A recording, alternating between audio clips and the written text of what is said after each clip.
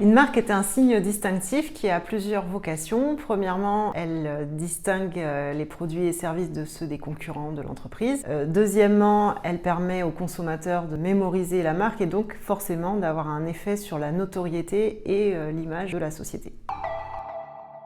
Une marque déposée va vous permettre d'être mieux protégé, de pouvoir mieux vous défendre si jamais quelqu'un reproduit ou imite votre marque. C'est un actif immatériel de votre entreprise et donc ça va permettre de valoriser votre entreprise.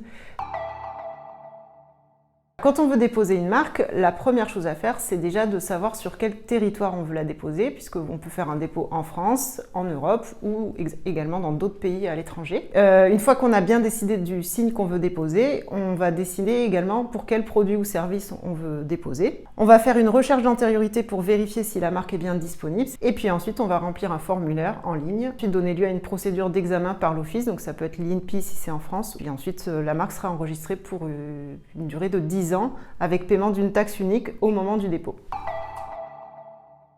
Vous allez payer 190 € auprès de l'INPI pour un dépôt dans une classe, plus 40 € par classe supplémentaire. Et si vous faites un dépôt au niveau européen, la taxe de base c'est 850 €. Et après à cela, vous ajoutez des frais d'avocat pour vous faire conseiller sur la manière de bien libeller vos produits ou services.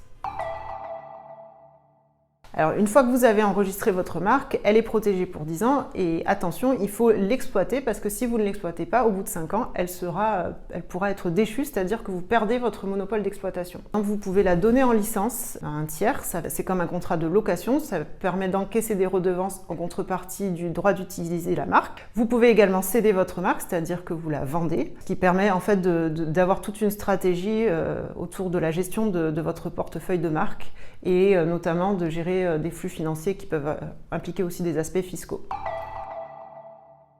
Alors le rôle de l'avocat est très important. Il va d'abord vérifier que la marque est disponible, il va vous aider à choisir une marque qui ne risque pas de porter atteinte à des droits antérieurs et donc ça va éviter des litiges par la suite.